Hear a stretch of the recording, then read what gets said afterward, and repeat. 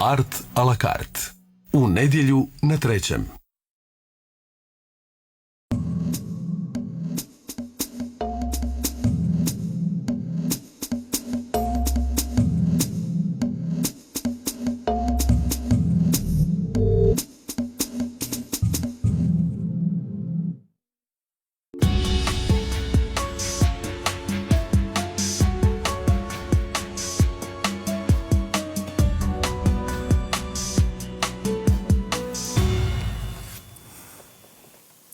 Poštovani gledatelji, dobrodošli u Art a la carte. Danas se bavimo glazbenim kazalištem i to onim njegovim najzanimljivijim dijelom kako nastaje. Što je prije, glazba ili riječi, kako se bira siže i stvara dramaturgija koja jednako mora odgovarati zahtjevima glazbe i radnje. Na ta i slična pitanja odgovara naš gost, skladatelj, otac Zagrebačke škole mjuzikla Alfi Kabiljo.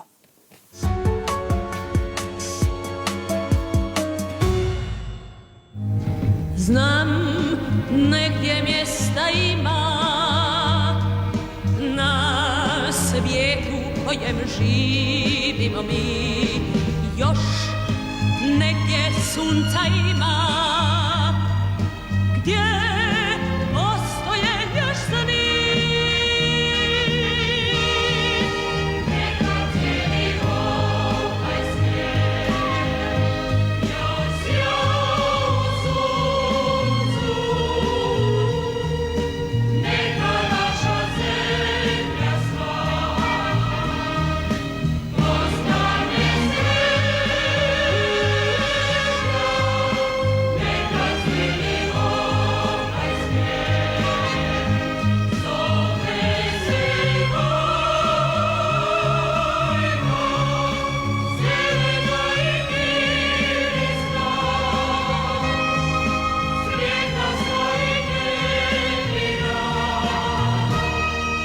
livada i sna. Skladatelj, dirigent, aranžer, producent i još mnogo toga, piše pop, pjesme, zabavne šansone, dječju i filmsku glazbu, mjuzikle, opere, balete, klasičnu, komornu, orkestralnu, elektroničku i avangardnu glazbu. Sve što god treba on proizvede iz svoje bogate mašte koje nadahnuća nikad ne nedostaje. 22. prosinca 2020. napunio je 85. godinu života i još uvijek aktivno stvara. Za sve obuhvatiti njegov opus trebalo bi uistinu cijeli serijal emisija, zato se u današnjem susretu u našem studiju ograničavamo tek na jedan njegov dio, a to su mjuzikli po kojima ga i prepoznajemo. Gospodine Kabiljo, dobro vam večer i dobrodošli u Art a la carte. Dobro večer i hvala vam što ste me pozvali u ovu zbilja izvanrednu emisiju koja nije svakodnevna i koja daje šansu nama, skladateljima, da više dođemo do izražaja. Za početak sretan vam 85. rođendan, s odmakom. Da, hvala puno. Kako se osjećate? Pa ja sam izvrsno, mislim, ne obazirem se na pandemiju, niti na potrese, jer sam zaokupiran svojim novim stvaralaštvom i koristite prigodu kao i svi skladatelji što moraju malo više boraviti u svom radnom prostoru, u zatvorenom, da pišete glazbu, ono što najviše volite. Pa moj prostor je jako lijep, gledam u vrt, kad dođe sunce otvaram prozore i sunce mi daje snagu, dobivam D-vitamin preko tog sunca i imam veliku sreću što imam puno partitura. Ja mislim da većina naših gledatelja kad čuje vaše ime uopće i pomisli na sunce, počne već pjevušiti onaj slavni song, neka cijeli ovaj svijet sja u suncu, koje u ovo vrijeme možemo reći aktualni nego ikad. Svima nam je itekako potreban u obliku nade i utjehe za sve nedaće koje su nas našle. A to je prepoznaje ansambl Zagrebačkog kazališta Komedija, koji kad je bio zatvoren u onom prvom lockdownu još na proljeće prošle godine snimio upravo tu pjesmu iz svojih domova, upozorivši u jednom spotu onda i na zgradu Komedije koja je nažalost jako nastradala u Da, jako je stradala. Ali to je jedna vrlo optimistička pjesma koja se pjeva i na tulumima, na raznim svečanostima, bilo državnim, bilo privatnim. I djeca to pjevaju u školi. Ja sam doživio jedanput da kad je jedan moj teniski trener došao kući, ga je sačekao sin i veli, tata, ja sam danas čuo jednu takvu pjesmu, mi smo se svi plakali u školi kad smo čuli tu pjesmu. Pa šta hoćete bolje za jednog skladatelja? Neka naša zemlja sva ostane sretna, neka cijeli ovaj svijet zove se bajka, zelena i mirisna, cvjetna sva i velika.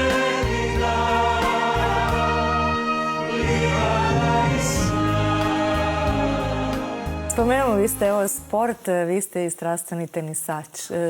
Koliko vam je sport važan? Evo, i u vašem jako mi je sport važan jer se bavim od svog najranijeg djetinjstva sa športom. Dakle, ja sam se skio čak i u mom vrtu i skio sam se po raznim bregovima u Zagrebu. Znači nije samo tenis i skijanje je tu vaš sport? Dakle, ne.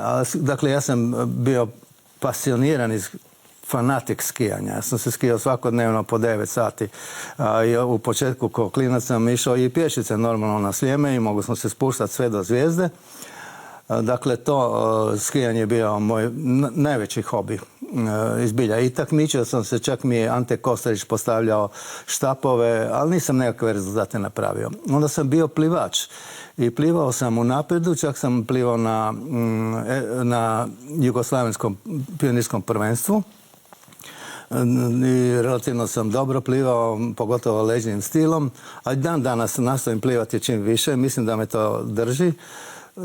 U tenisu sam čak bio u reprezentaciji Hrvatske veteranskoj, kad je bilo svjetsko veteransko prvenstvo u Umagu.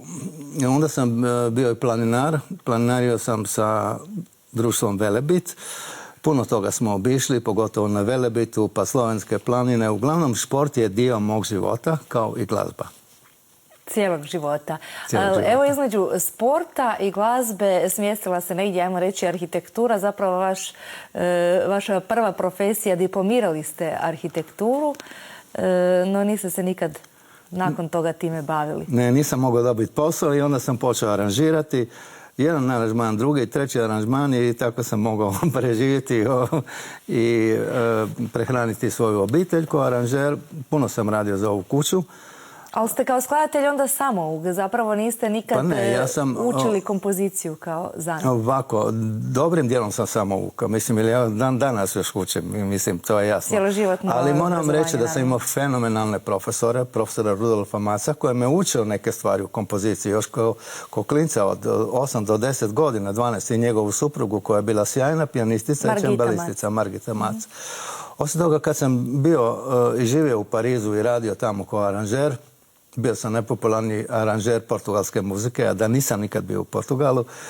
Tamo sam sa glavnim muzičkim urednikom isto malo radio na kompoziciji, tako da imam neke elemente od tih nekih profesora, ali najviše sam sam naučio i to svima sugeriram da si kupe partiture. Ja sam na veliko kupovao partiture, dok su drugi kupovali, ne znam, nekakvu bleku, cipele, ja sam kupovao partiture i ploče. Tako da sam praktički već od svoje 10. godine i 11. godine sam već naučio i orkestrirati. Nije vam novac nikad bio motivator niti... Pa nije mi novac bio. Meni je bilo bitno da imam toliko da mogu posjetiti najbolje restorane, Veliki ste gurman. Da, veliki sam hedonista. Da mogu ići na koncerte, da mogu ići u kazalište. To mi je bilo najbitnija stvar. Da mogu piti dobra vina. Dakle, ali mislim koncerti i kazališta. I baviti se sportom, naravno. Da, i da šport. Da, to je me neko pita za nekakve tajne mog života i onda mu kažem tih nekoliko stvari, ali to je sve zapravo jednostavno, ali morate ipak imati neku energiju i neku želju da idete na koncerte. Evo, moram vam reći, to je jedan sjajan podatak. Sa 15 i 16 godina nije bilo koncerta u Hrvatskom glazbenom zavodu na kojem ja nisam bio. Volim pratiti šta se zbiva, no, normalno najviše volim takozvanu klasičnu glazbu 20. stoljeća. Aha, znači nepopularnu. Mislim, nepopularnu baš previše. Šansone? Veliki sam ljubitelj američke zabavne glazbe. Mislim, kad su veliki autori, počevši od Gershwina, Irvina Berlina, Allena i tako dalje. Ali moram se pohvaliti da Bruno Vlahek i Dubravka Vukalović, koje su fantastičan klavirski duo, da su oni napravili jedan CD i stavili su moju kazališnu suitu gore. A drugi kompozitori su gore i Darius Milhaud i Leonard Bernstein i Manuel de Falla. Mislim, to je takvo društvo u koje sam upao, to je nešto sjajno. Imamo to i CD, je li? Da, imamo taj CD ovdje. I evo tako, ga. ovo su da, to je to. Da, oni su apsolutno vrhunski i glazbenici i kao ljudi i osoga, on je vrhunski skladatelj. Skladatelj, on kolega, je da. nadprosječno talentiran skladatelj. Velika mu je čast sigurno to čuti iz ustiju vas kao legende hrvatske glazbe. Da.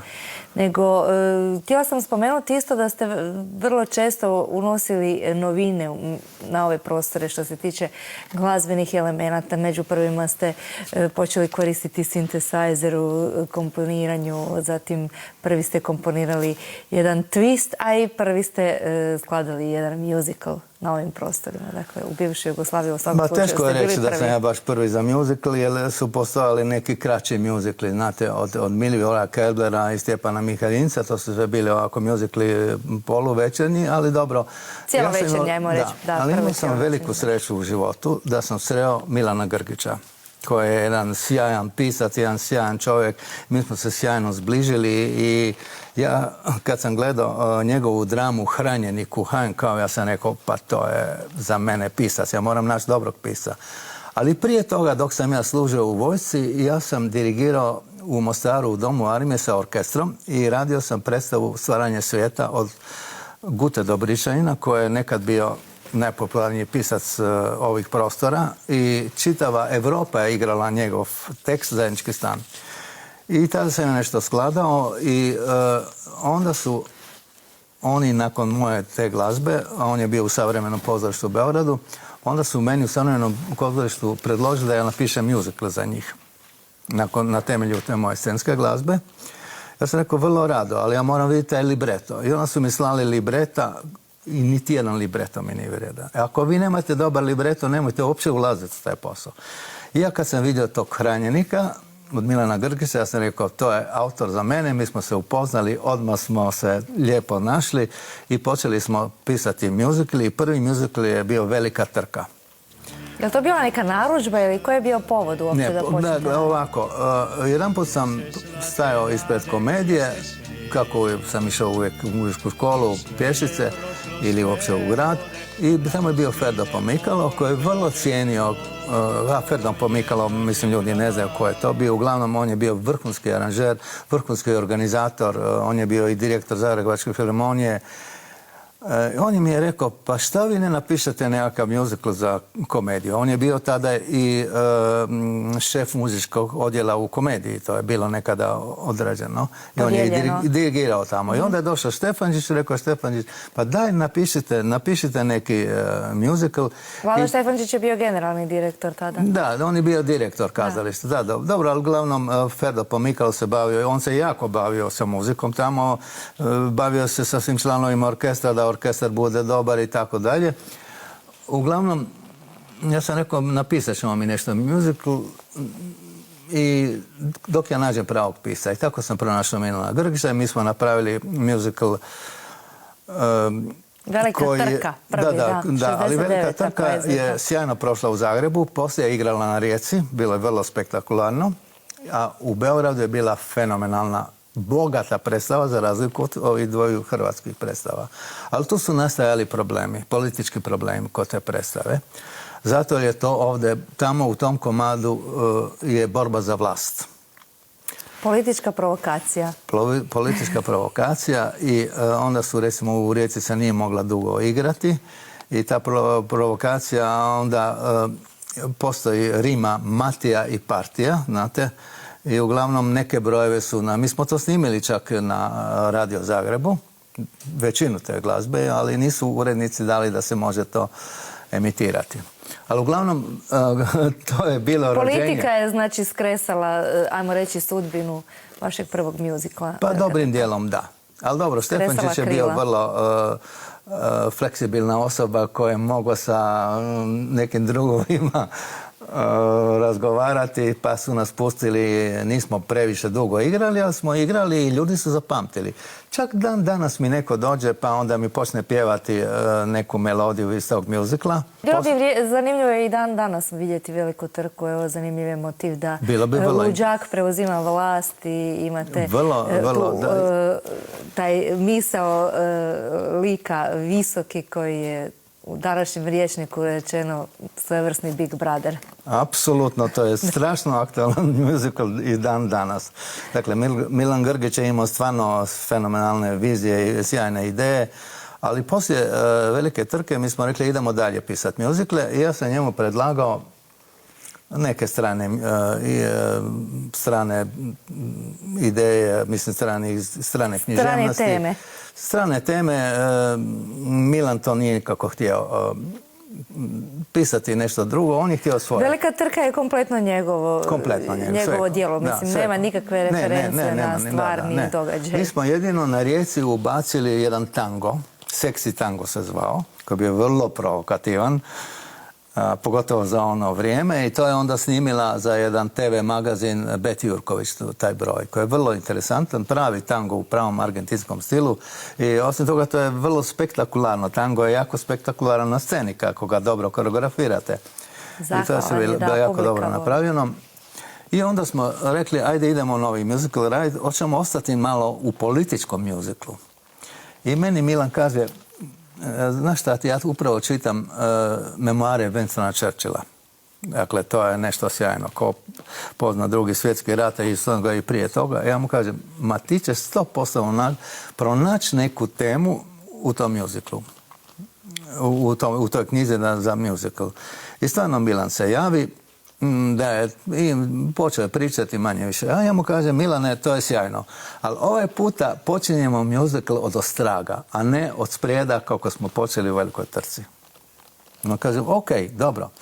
Evo, nakon što mi je on pokazao, napisao taj nekakav scenario i sve, nisam bio previše zadovoljan drugim dijelom. Čak i Vlado Štefančić nije bio zadovoljan, ali to na kraju sve to dobro ispalo. I počeli smo s tim krajem. A kraj je nastao tako da sam ja dobio propozicije za festival u Tokio. Ja sam se već etablirao kao vrlo uspješan skladatelj na stranim festivalima. Zabavne glazbe. I bio sam pozivan na neke velike festivale i tako dalje. I ja kažem Milanu, idemo od ostraga i ja ću ti poslati tu melodiju i ja mislim da je jako dobro. Ja njemu pjevam tu melodiju preko telefona i stvarno on meni pošalje taj tekst ili mi donese tekst, ne znam, nije onda baš bilo niti maila, niti drugih tehnoloških avangardnih pomagala kao što danas, jer smo, kao što sam poslije radio sa Britvićem. I uglavnom, kad sam dobio te propozicije iz Tokija, ja sam rekao, pa ja definitivno moram nešto poslati. Ja odem kod Vice Vukova i kažem Vice, ovo mislim da je sjajna pjesma za tebe. Idemo je snimiti i poslati u Tokio. Pa možda i uspije.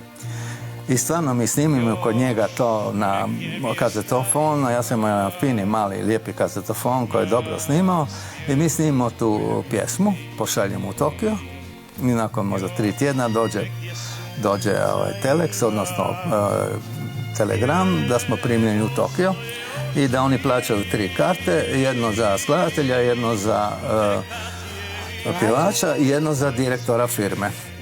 I sad mi pišemo da je Milan Grgić direktor firme.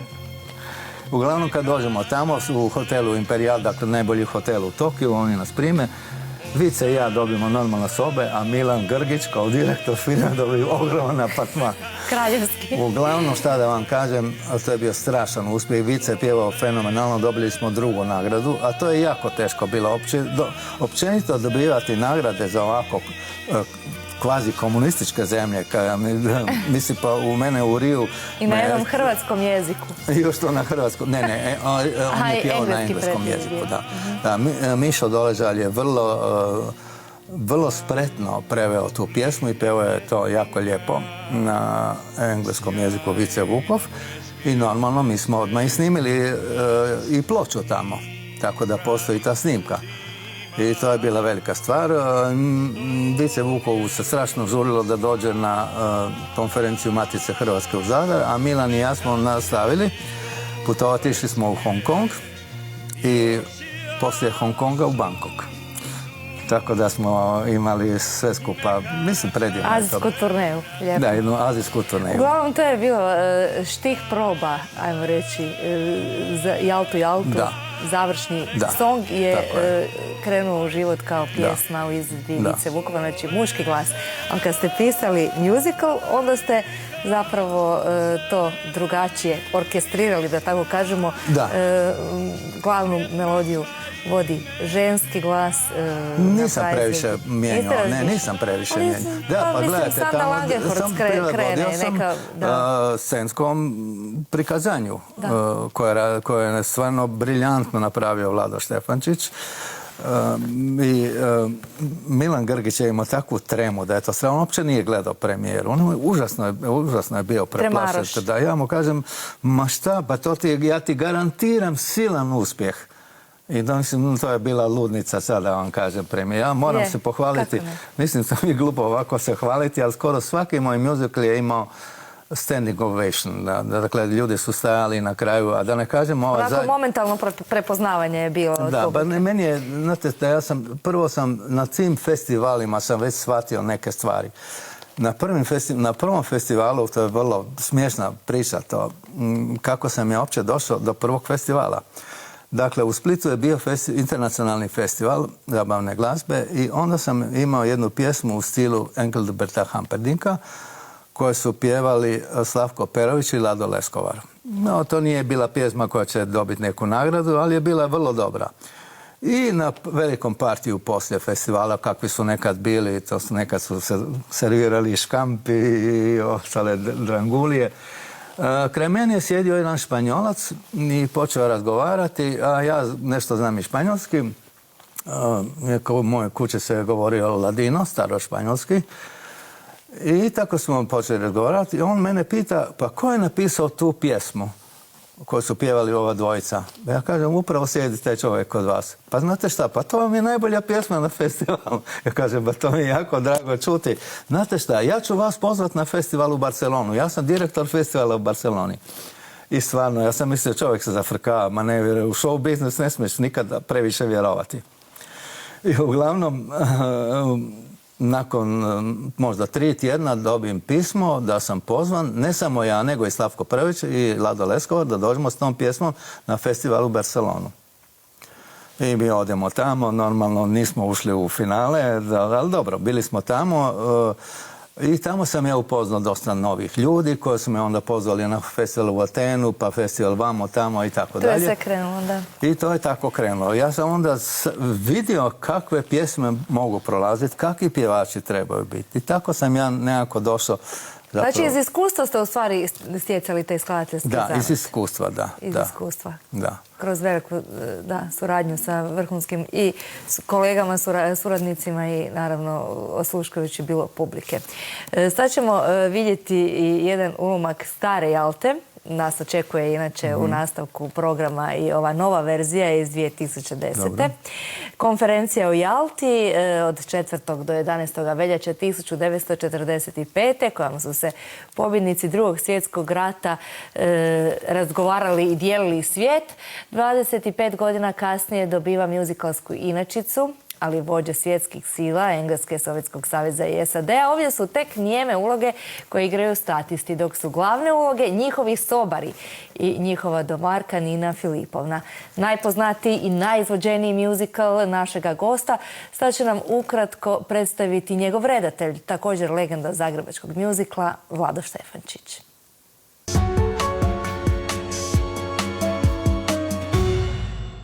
Njihova tri sobara s ne manje žuči dijele jednu malu zelenu livadu na koju nije stupila ljudska noga, kako oni kažu. Na njoj je trava nježnija od najnježnije djevojačke kose. E sad vidite, ta tri sobara zaljubljuju se u svoju domarku Ninu Filipovnu. Zatim dolaze... Slijedite me. Zatim dolaze tu nekakve brigadirke, koje u stvari nisu brigadirke, nego... Slijedite me, nego plesačice Balšog teatra. Onda dolaze neki čudni ljudi, slijedite me. Ti ljudi se vrzmaju, nemojte me više slijediti. Mi smo agenti, naš dom je mrak. Mi smo talenti za brzi smak. Mi smo decentni, tihi ko dah. Mi smo urgentni za tuđi grah. Zato njuškaj, kopaj i ruj, gdje god stigneš ruši i truj. Gledaj, švrljaj, lovi na sluh, pikaj, traži, izoštri. Vrag ne spava u brlogu svom, na zlo uvijek spreman je on. Zna sve finte i svaki trik, al to znamo i mi.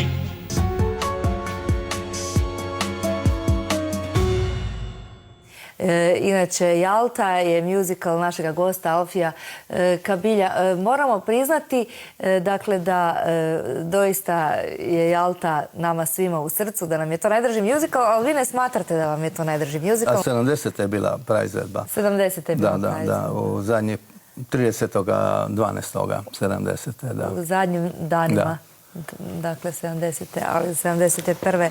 je Da, zaživjela. 70. je bila oficijalna premijera koju je dirigirao Ferdo Pomikalo i to, nažalost, zadnji puta, jer onda je on obolio. Onda je on trebao ići i otišao je u Beogradu na sastanak Sokoja. On je bio i predsjednik Hrvatskog društva skladatelja i poslije toga je obolio i tako da sam ja predstavu dirigirao, ja mislim koliko, 4, 5, 6 godina ili ne znam, više godina, ne znam, puno puta. Nakon toga su, ajmo reći, slijedili svake 2-3 godine novi neki muzikal i ne znam, Dlakav život, Ivano Leptira, Crveni otok, Vjenčani list. I evo, opet ste 89. s Milanom Grgićem, velika uspješnica, Car Franjo Josip u Zagrebu. Ovoga puta jedan lokalni povijesni događaj vam je poslužio kao inspiracija. Je li istina da je te godine, 1895. kad je car Franjo Josip došao u Zagreb otvoriti Hrvatsko narodno kazalište, da mu je prijetio atentat? Pa gledajte, to je Milan Grgić je to genijalno izmislio, da su teroristi. Ali djeluje vrlo realno. Apsolutno djeluje realno i...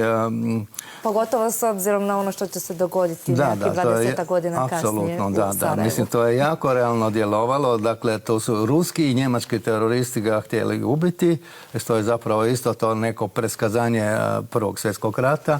I onda su to se otkrilo u jednoj javnoj kući u Zagrebu i tako je onda su uspjeli nekako te teroriste ipak pohvatati. Ali to je bio ogroman uspjeh i tu mislim da sam skladao jedno vrlo interesantno djelo, Neka dođu glumci. To je završni Da, to je završni broj. song, međutim, rekao sam Milanu, jedna od najgenijalnijih tvojih rečenica je bila moraš na kraju napraviti bolero. I pale se zvijezde od zlata.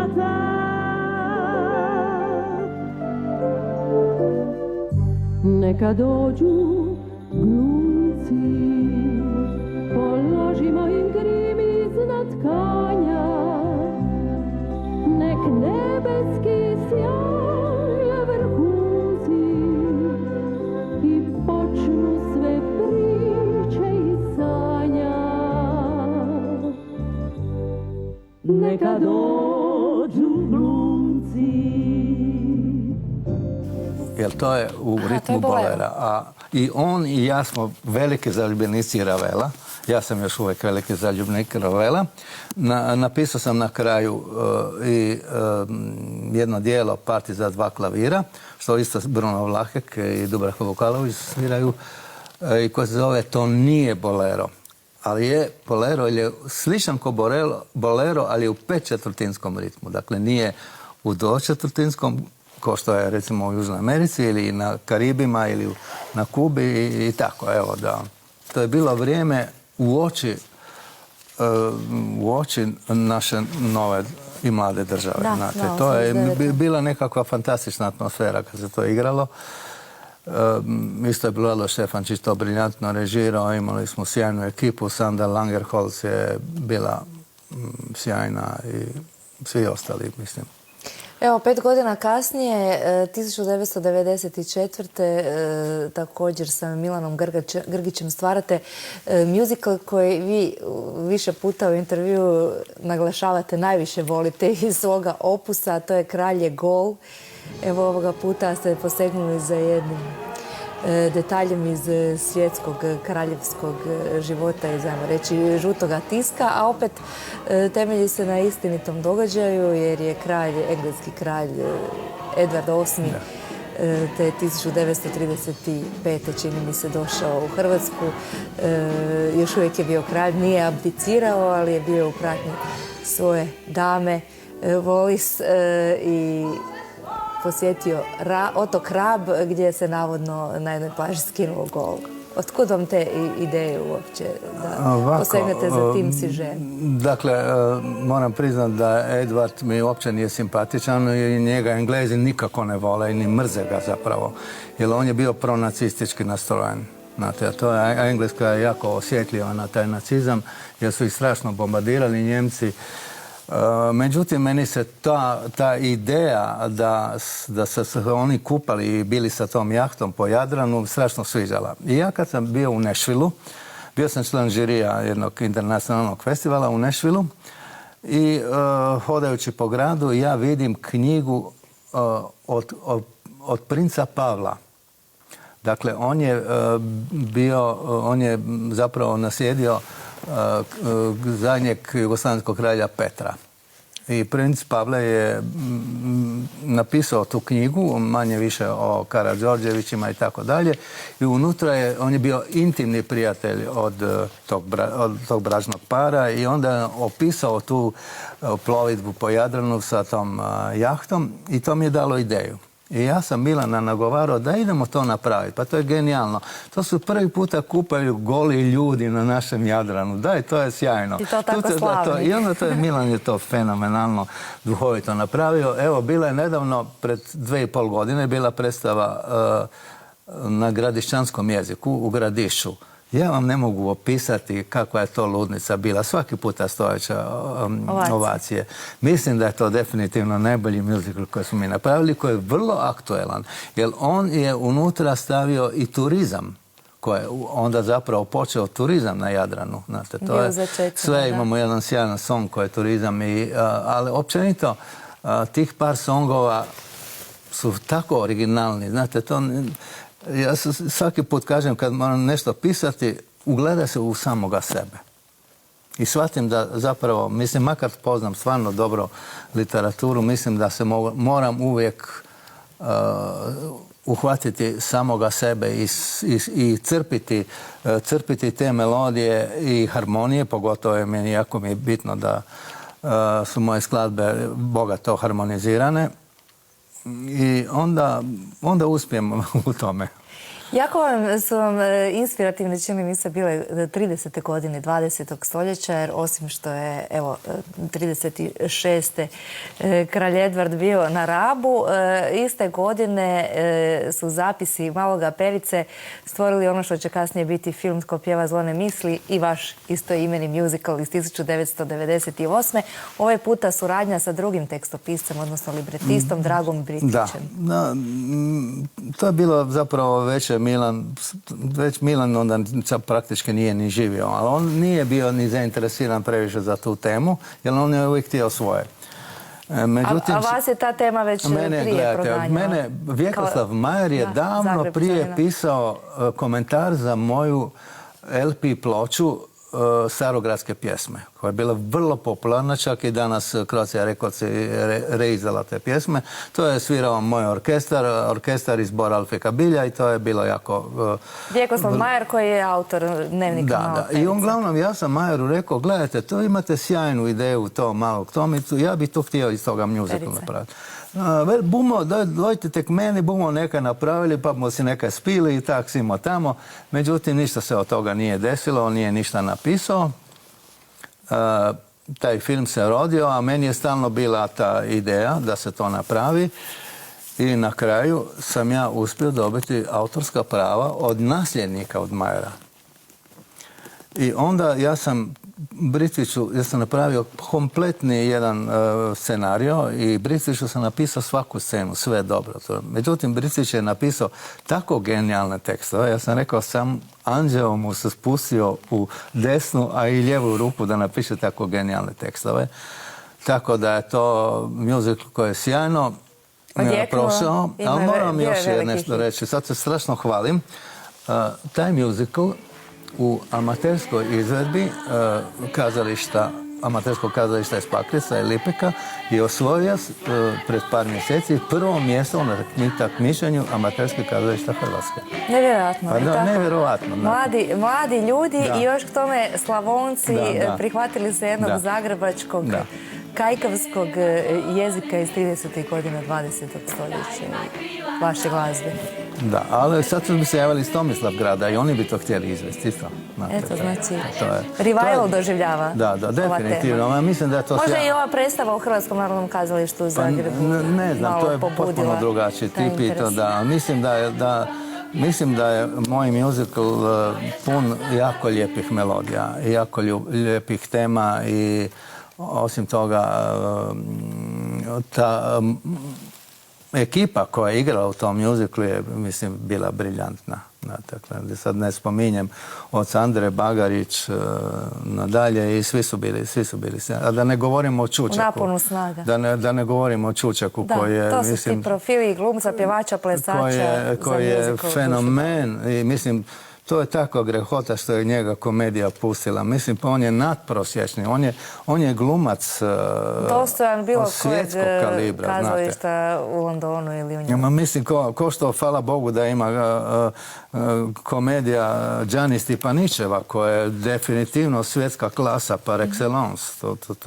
Mislim, to je vanserijski i pjevač i glumac. Idemo malo spomenuti vašu jedinu operu, Kazanova u Istri. Da. Jedna jedina je u Rijeci baš. Kako to? Dakle, ja sam i zašto baš Kazanova? Da, reći ću vam zašto. Ja sam ko dijete, mislim već malo stariji klinac, gledao sve opere u Hrvatskom narodnom kazalištu.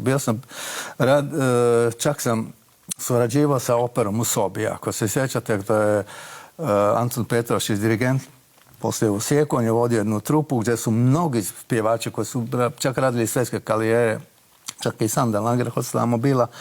On je producirao opere i u onom malo u komornom sastavu uz klavir Pa čak sam ja jedan puta morao pjevati, jer taj pjevač koji je bio bolestan, pa sam ja čitavu ariju Don Pasqualea morao von Blatt otpjevati. Uglavnom, htio sam uvijek napisati operu, ali povod je bio to. Obzirom sam puno putovao sa mojom majkom, bili smo u Veneciji i bila je premijera The Rake's Progress od Stravinskog. A Stravinska Život razvratnika, kako smo to preveli, da. Da, ja Stravinskog obožavam od svojeg djetinjstva. Za mene je Petruška bilo jedno, kad sam gledao Petrušku u HNK, u koreografiji Margaret Froman, meni se otvorio jedan novi svijet.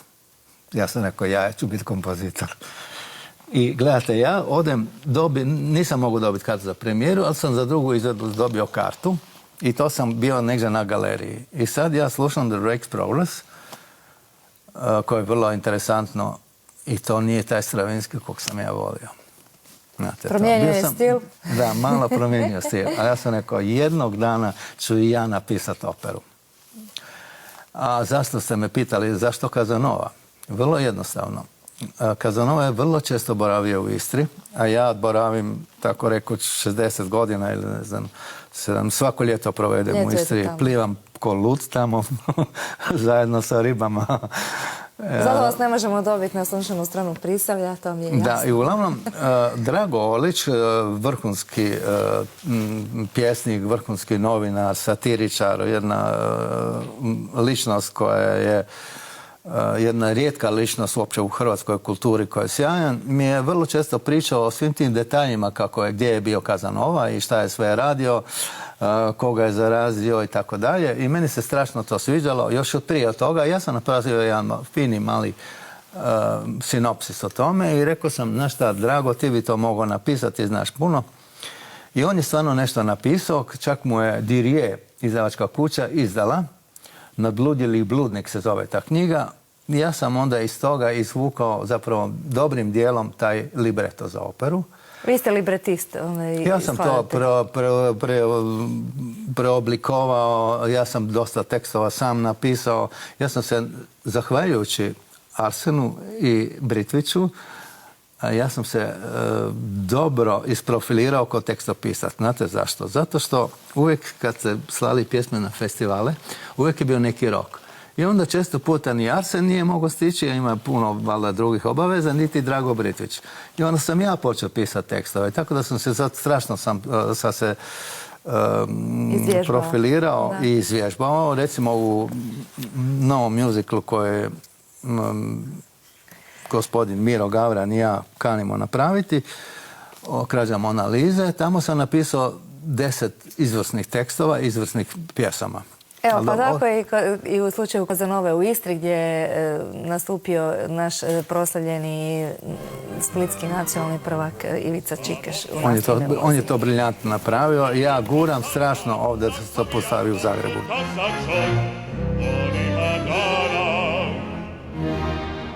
Огромном большом балеринама и мадоннама буди паклено вокруг. Лай, лай, лай, лай, лай, лай, лай, лай.